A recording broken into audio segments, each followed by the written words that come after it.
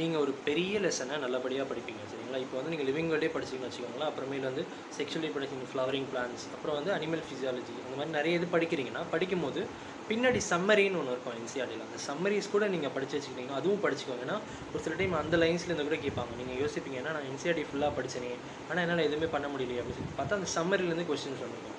சம்மரிஸும் நீங்கள் படிச்சிங்கன்னா என்சிஆர்டியில் இல்லாத லைன்ஸ் வந்து சம்மரியில் கொடுத்துருப்பாங்க. சம்மரியும் நீங்கள் படிச்சுக்கிட்டிங்கன்னா உங்களுக்கு ஹெல்ப்ஃபுல்லாக இருக்கும். இப்போ வந்து என்சிஆர்டிக்கு நடுவுலயே ஒரு சில கொஸ்டின்ஸ்லாம் கேட்பாங்க. அந்த கொஸ்டின்ஸ்லாம் கூட நீங்கள் சால்வ் பண்ணி வச்சுக்கோங்க.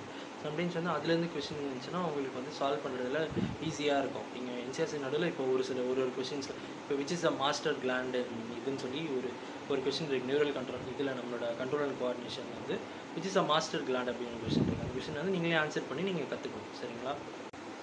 இந்த மாதிரி ஃபர்தராக உங்களுக்கு ஏதாவது டாபிக்ஸோட அண்டர்ஸ்டாண்டிங் வேணும்னா, அப்புறம் இன்னும் ஒரு சில இதெல்லாம் வேணும்னா பயாலஜி டாபிக்ஸ் இந்த மாதிரி நீங்கள் சப்ஸ்கிரைப் பண்ணுங்கள். Thank you so much.